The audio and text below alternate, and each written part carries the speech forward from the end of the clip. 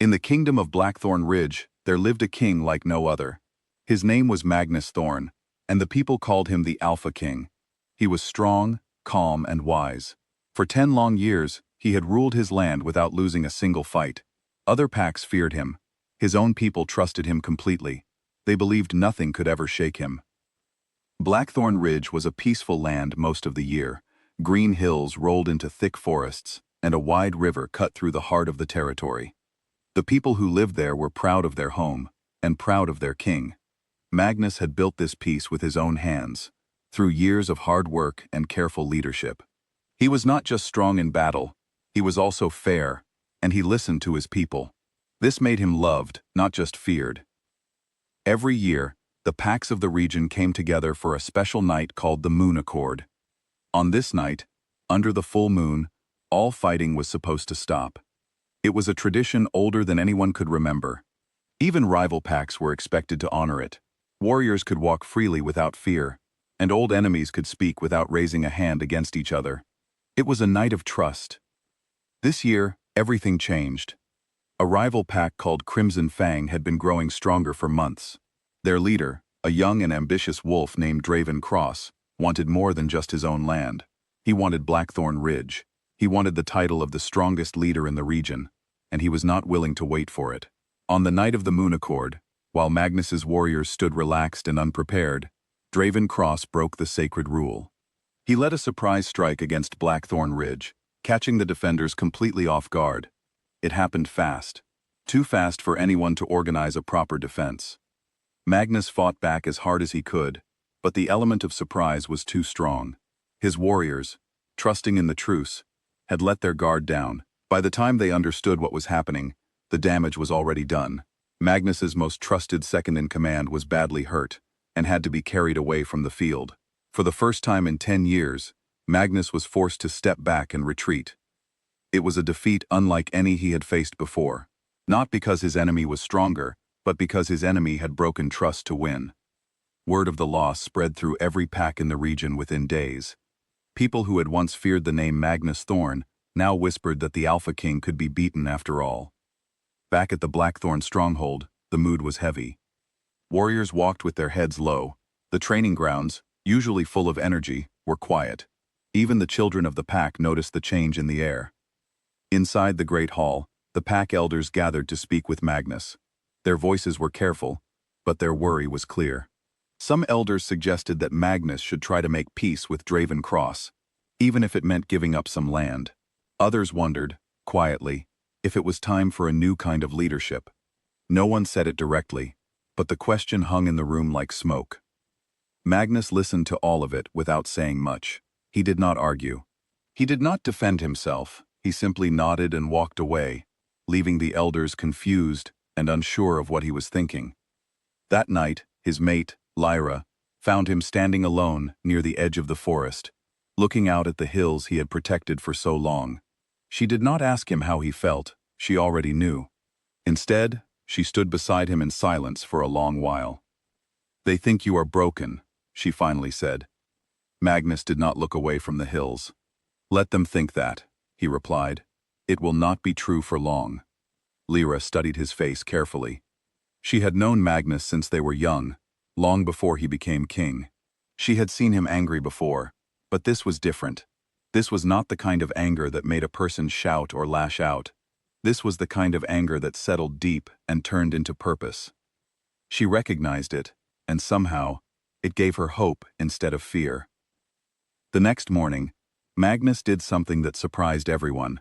He walked alone into the old training grounds at the far edge of the territory, a place that had not been used in years. He stayed there for 3 full days. No one was allowed to follow him. He brought no warriors, no advisors, only himself. During those 3 days, Magnus pushed his body harder than he ever had. He ran until his legs burned.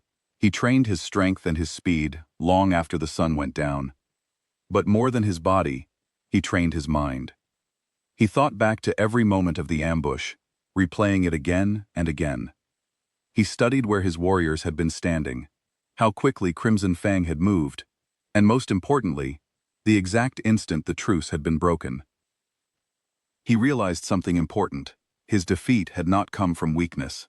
It had come from being unprepared for someone willing to break the rules that everyone else respected. That was useful information. If he understood how Draven Cross thought, he could use that knowledge against him. By the time Magnus returned to the stronghold, something in him had changed. He no longer looked like a king trying to recover from shame. He looked like a king with a clear plan. He called together his most trusted advisors and warriors, including those who had been injured in the attack and were still healing. He did not ask them to seek revenge. Instead, he asked them to help him prepare for something far more powerful than revenge. He wanted justice, done the right way, in front of everyone. Magnus explained his idea. According to the ancient laws followed by every pack in the region, there was a tradition called the Accord Trial. It was a formal, official contest between two leaders, witnessed by the Wolf Council and representatives from every major pack. Unlike a sudden ambush, an Accord Trial could not be hidden or rushed. Every move would be seen by impartial witnesses. There would be no surprises, no broken trust, only skill, strength, and fair judgment. If Magnus challenged Draven Cross to an Accord Trial, and Cross refused, he would look like a coward in front of every pack leader in the region, the very people whose respect he wanted. If Cross accepted, he would have to fight Magnus honestly, without the advantage of surprise. It was a bold plan, but it carried real risk. Magnus had already lost once. If he lost again, this time publicly and fairly, there would be no excuse left. His rule would truly be finished. Lyra worried about this. "What if it goes wrong again?" she asked him one evening. Magnus took her hand. "Last time, I was not ready. This time, I will be." The elders were called back together, and Magnus shared his plan with them.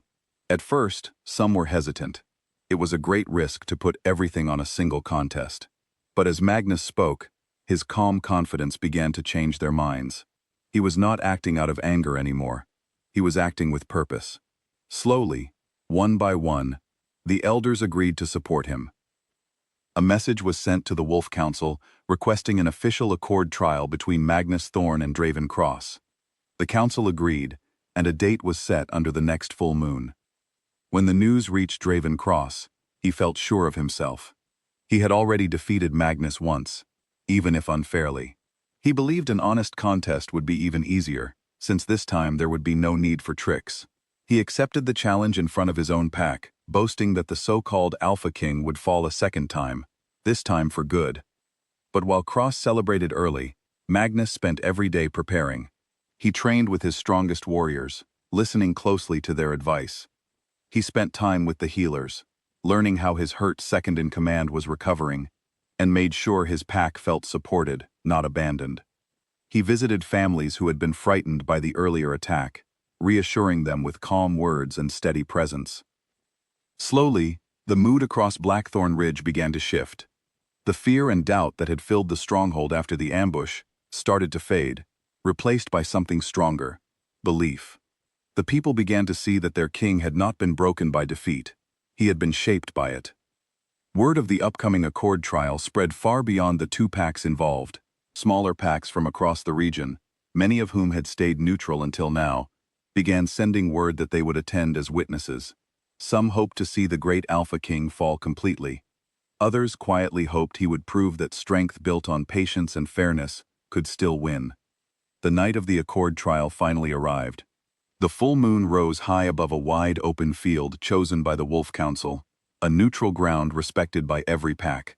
Torches lined the edges of the field, and rows of pack leaders and witnesses stood watching, their eyes fixed on the open space at the center. Draven Cross arrived first, confident and relaxed, smiling, as if he had already won. He greeted the crowd with a wave, clearly enjoying the attention. Then Magnus arrived. He walked onto the field without rushing, his steps steady and calm. There was no anger on his face, no nervousness in his posture. He looked, more than anything, focused. The crowd grew quiet as he took his place across from Cross.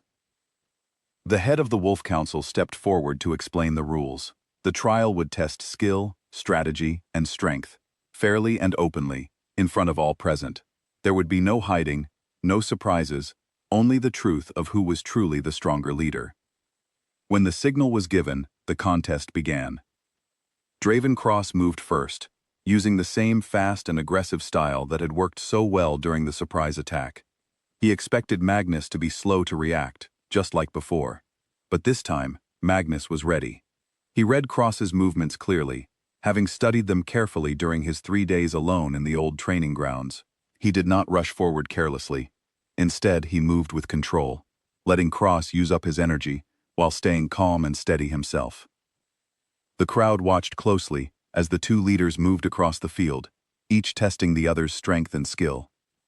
Cross grew more frustrated as his fast attacks failed to catch Magnus off guard.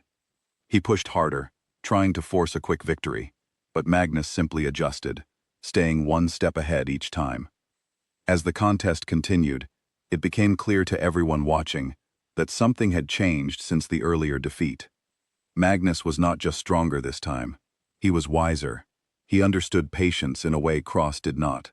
While Cross fought as if trying to prove something to the crowd, Magnus fought with quiet confidence, knowing exactly what he needed to do. Eventually, after a long and difficult exchange, Magnus found the opening he had been waiting for. With careful timing and complete control, he turned the contest in his favor, using skill rather than force to bring it to a clear and decisive end. Draven Cross found himself unable to continue, forced to accept defeat in front of every witness present. Instead of pushing his advantage further, Magnus stepped back. He did not need to do more than necessary. The victory was already complete, and it had been earned the right way, in full view of everyone who mattered. The Wolf Council declared the result official. According to the ancient laws, Draven Cross and the Crimson Fang Pack were now bound to recognize Blackthorn Ridge's authority, agreeing to follow fair terms set by the council itself. It was not a punishment built on anger, but a result built on honesty and fairness, something every pack present could respect. A wave of quiet murmurs spread through the crowd, followed by growing applause. Leaders who had come expecting to see the Alpha King fall instead witnessed something far more memorable. A king who had turned his lowest moment into his greatest achievement. When Magnus returned to Blackthorn Ridge, the entire pack came out to greet him. The fear and doubt that had filled the stronghold weeks earlier were completely gone, replaced by pride and renewed loyalty. Even the elders who had once questioned his leadership now greeted him with respect and admiration. Lyra met him at the gates, her eyes shining.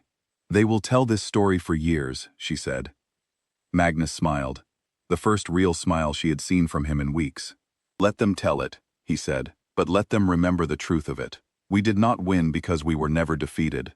We won because we did not let defeat decide who we were." That night, Magnus stood before his people and spoke openly about everything that had happened.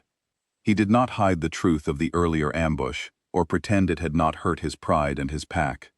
Instead, he spoke about what they had built together since that difficult night: patience instead of panic, preparation instead of fear, and fairness instead of revenge. He reminded his people that even the strongest leaders could be caught off guard, and that real strength was not about never falling, but about how one chose to rise again.